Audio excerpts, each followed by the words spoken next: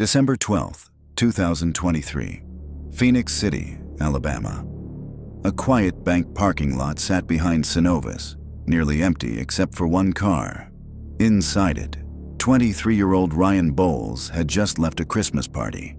He was thinking about heading home when a gunshot cracked through the lot. Breaking news out of East Alabama tonight. A homicide investigation now underway. Officials confirming a male in his 20s was found dead on 13th Street in Phenix City. When officers arrived, they found him slumped in the driver's seat.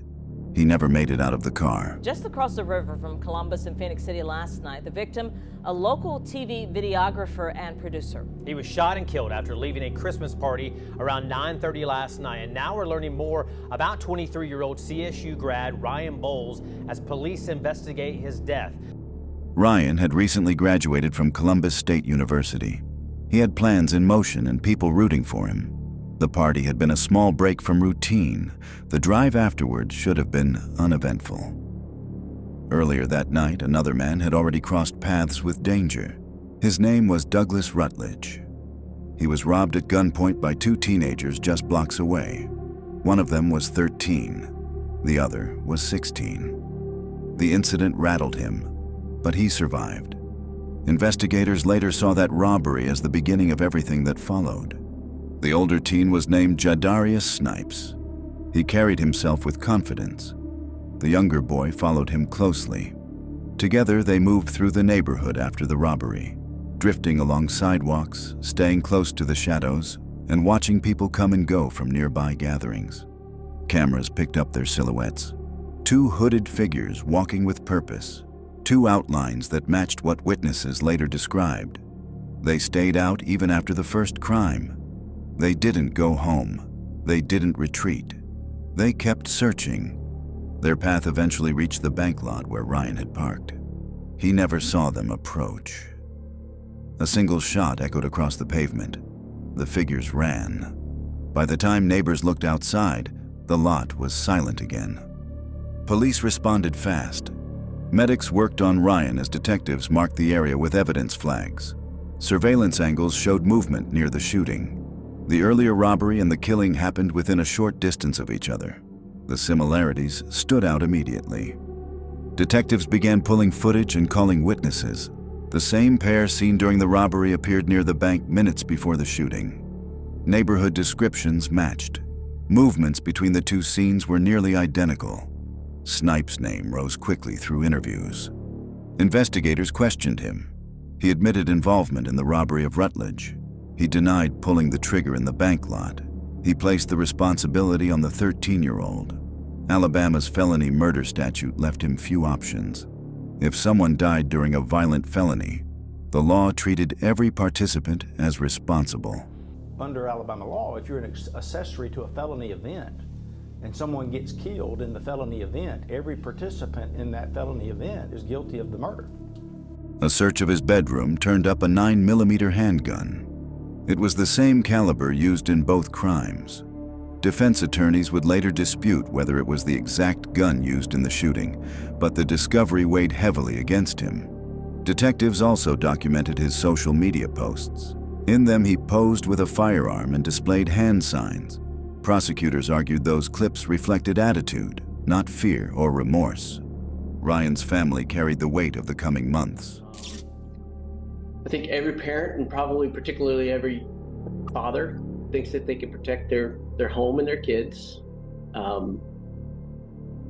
was probably more arrogant than most, thinking that I could do that. Where do I start with Ryan? He's just he's the sweetest man you'd ever want to meet.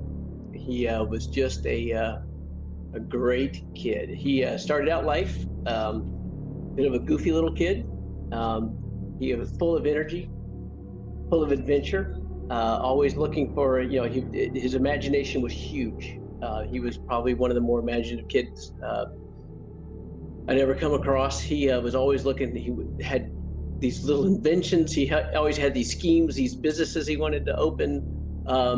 And as he grew older, that kind of turned more into his world and his fascination with film and how does he tell stories. And he was really into the storytelling of it.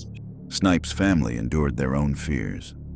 They went to the school and got my son without my permission. They went to the school, asked the teacher, could he identify him? He said yes. They took him. Nobody called me. Nobody emailed me. Smoke signal, nothing. She questioned the evidence and insisted the system had labeled him long before the trial began. We don't know the truth because you can't even see a face. My son said he wasn't there at all. And what the funny part about it is, I'm not trying to railroad my other son. My son said, Mama, those aren't even his shoes, those are my shoes. His mother believed he had been misunderstood. I want you to see this because I lucked out.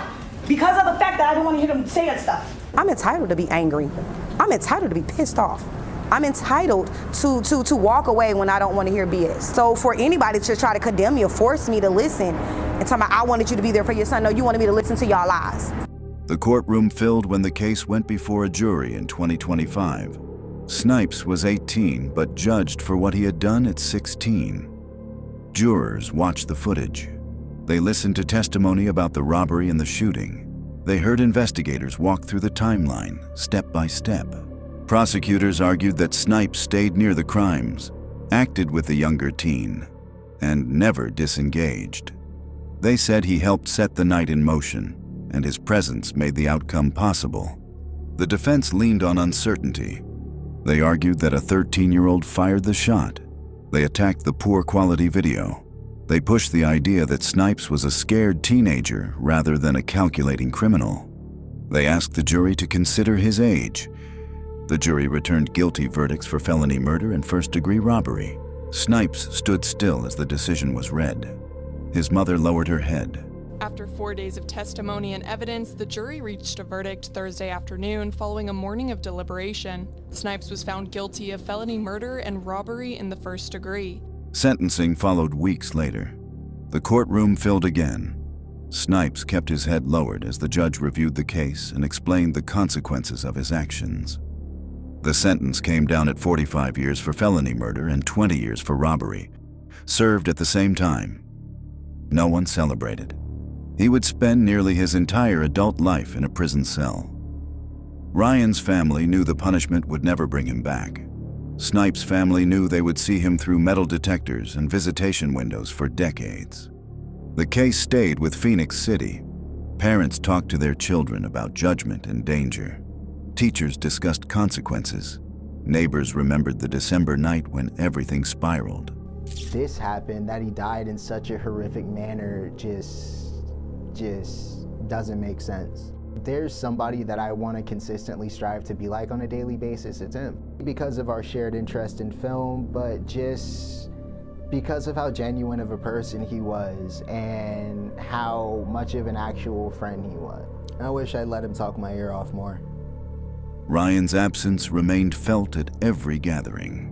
Ryan Bowles was an amazing young man who is continuing to leave a very promising legacy. Because of a terrible turn of events in December, it cut Ryan's life short. We feel like this is one way that we can continue to show our deep, deep love and appreciation for Ryan. The way they're paying it forward through the Ryan Bowles Student Support Fund, which will give eager students like Ryan opportunities to make movie magic. Many of them don't have a way to make it happen. While in college, he worked on several movie sets, including a Make-A-Wish production, Level 34, and for 50 Feet Productions film, Cash Out.